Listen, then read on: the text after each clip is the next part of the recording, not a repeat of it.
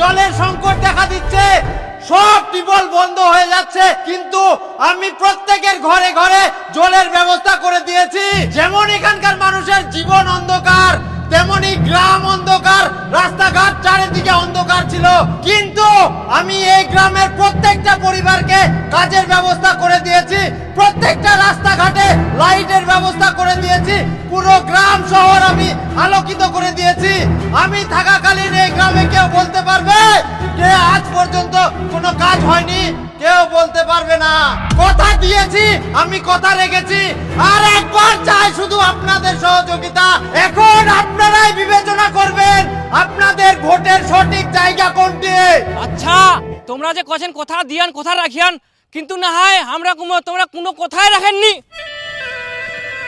আমার বাড়ি যাওয়ার রাস্তাটাতে সেই ছোটবেলা থেকে দেখাইছি ওরকমে জল কাদুই ভর্তি, আজ পর্যন্ত তো ঠিক হইনি। আর না তোমরা আসি বড় বড় ভাষণ দেন, এটা করে দিন ওইটা করে দিন। মাথা ঠান্ডা করুন, মাথা ঠান্ডা করুন। আরে চলুন না, আরে চলুন না। হ্যাঁ হ্যাঁ, এদিকে আসুন, আসুন, এখানে বসো। এই দাদাকে জল দাও তো। হ্যাঁ হ্যাঁ, জল খান। দেখুন, আপনি হয়তো ভুল বলছেন। আমরা প্রত্যেকটা জায়গা, প্রত্যেকটা রাস্তা, প্রত্যেকটা গলিতে কাজ করেছি।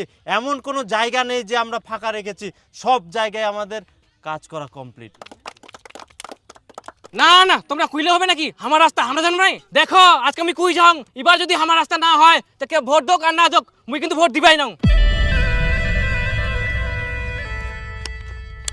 তোমরা একদম ঠিক করেন, যদি কাজ না হয় তাহলে তোমরা ভোট দিবেন কেন? সে যেই হোক, মুই হোক আর অন্য পার্টি হোক, যদি কাজ না হয় ভোট দেওয়া উচিত না হয়। কিন্তু তোমার কোনোটি না ভুল হচ্ছে। তোমরা বাড়ির যাই দেখো তোমার রাস্তা ঠিক হয়ে গেলে।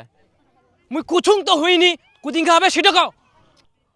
দাদা যাই দেখো কাজ হয়ে গেলে